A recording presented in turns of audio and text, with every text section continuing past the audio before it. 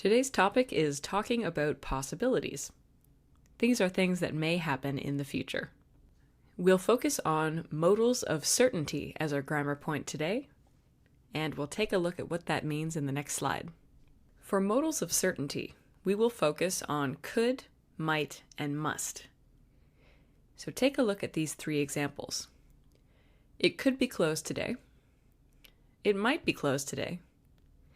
It must be closed today. These may sound similar, but they have quite different meanings. It could be closed today means it's very unlikely, but it's possible. It might be closed today means sometimes shops are closed on Sundays, so it is a possibility. It must be closed today means the doors are locked and it's very likely that it's closed today. Modals of certainty are used when guessing the probability about a present, past, or future situation. When you don't know the answer 100%, you can use different modals of certainty, and these will be based on different levels of evidence. The most common tenses we use with modals of certainty are the simple present, present perfect, and present continuous. So this could sound like this. It could be Kendra's phone. Maria must have been here yesterday. She watered my plants. Jeff might be coming by later. Let's look at the meanings of these three words a little more closely in the next slides. Let's start with could. We form this generally with a subject, could, and a be verb, but we can use other tenses as in the previous slide. It could be on Main Street, but I'm not sure. There are two ways we can use could when we're talking about modals of certainty. First, with a positive sentence, when we are guessing about something that is less than 25% likely, or in other words, a weak possibility. We can also use could in a negative sentence, and this has the complete opposite meaning. This means we are almost 100% that something is not true or impossible. In other words, a strong possibility. Here are some examples. The first two are the positive forms of could. Let's go to the party. It could be fun. I think it's closed, but I could be wrong. That couldn't be Amy's phone. She called me a few minutes ago. So this last one is a strong possibility in the negative. Let's look at a little more detail here. Let's go to the party. It could be fun. The meaning in this word is that it's unlikely, but maybe the party will be fun. I think it's closed, but I could be wrong. In this case, I think I'm right, but maybe I'm wrong. There's a 25% possibility that I'm wrong. That couldn't be Amy's phone. She called me a few minutes ago. So this is impossible because Amy used her phone to call me. Our second modal of certainty is might. This is generally formed with a subject, might, and a be verb, but this varies depending on which tense you use. She might be mad at me. Now, the word might is the most useful in most uncertain situations because it is right in the middle. From previous experience and some evidence, it means you're guessing at something between 25 and 75% likely. And using might is the same in positive and negative sentences, so the meaning rarely changes. And an alternate use of might is to sound more polite. Let's look at some examples. Some examples using might. She usually works on Sundays, so she might not be home. I'll try to come visit, but I might have to work. It might be better to call them first. Here is a little more detail about those previous examples. She usually works on Sundays, so she might not be home.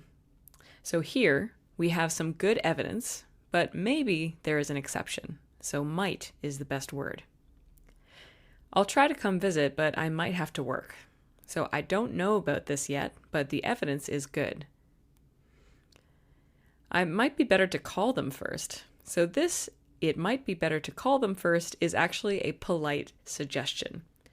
So you could say, it's better to call them first, but that might sound a little bit aggressive, so soften it with, it might be better to call them first. Finally, we have the word must, and usually we form it with subject, must, and a be verb. This must be Alex's phone. Now, must is a little bit different because you're guessing something that is almost 100%. There is strong evidence for it, and it's the same in positive and negative sentences. One note about must is that it is only used with past and present. We cannot say must for future sentences. And now some examples. Maria must have been here. It must not be busy at work. That test must not have been very difficult. That must be the pizza guy at the door. And a little more detail. Maria must have been here. So here we have good evidence. She watered my plants while I was gone. And my plants are wet, so Maria must have been here. It must not be busy at work. The strong evidence is that you called me to chat, so it must not be busy at work.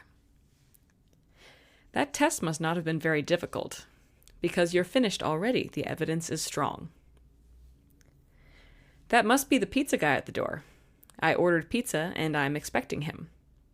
So the evidence is strong again. One thing to keep in mind for future predictions using modals of certainty is that we don't use must for future predictions. We will use will.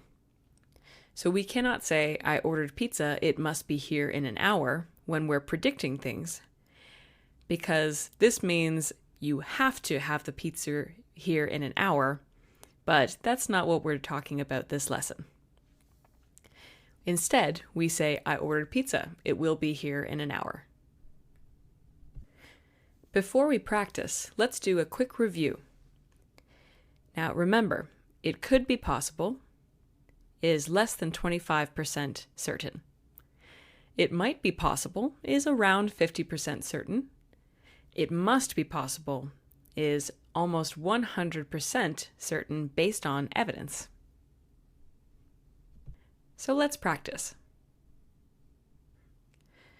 For these 3 practice sentences, let's take a look at the words in the brackets. So all of these are be, but we can use different tenses. So choose could be, might be, must be, and try to use the correct tense. So in the past, in the present, and the third one is also in the present. Just take a moment and fill in the blanks. Okay, let's look at the answers. The first one, you're so tanned. You must have been on vacation recently. So remember, we have our perfect form because the evidence, you're so tanned, makes it pretty certain that the person must have been on vacation. I don't know that guy at all. He could be someone's boyfriend. So, based on very little evidence, I don't know that guy. Could be is the appropriate choice here. I'm not sure, but I think the restaurant closes at 9. We might be too late. So here we have some evidence. It's about 50%, but we're not sure. So we'll use might be. Our sample conversation today will be after a party and someone has forgotten an item. So take a look at the blanks. We'll use either could be, might be, must be, or couldn't be. Remember, we can use the negative. So take a look at the sentences around the blanks and choose the best option. Take a few moments. Okay, let's look at the answers. I don't know, but it could be Jessica's. So here, we are not really sure. So we're 25% sure that the jacket is Jessica's. Check the pockets. There might be a clue in there. So here, there might be some evidence in the pockets that will tell us whose jacket this is. There's a receipt for wine. Who was drinking wine? Oh, Pina was the only one. It must be her jacket. Here we use must be because the evidence is strong that Pina left her jacket. She was the only one drinking wine. Let's read this through to see what it sounds like. Hey, whose jacket is this? I don't know, but it could be Jessica's. Check the pockets. There might be a clue in there.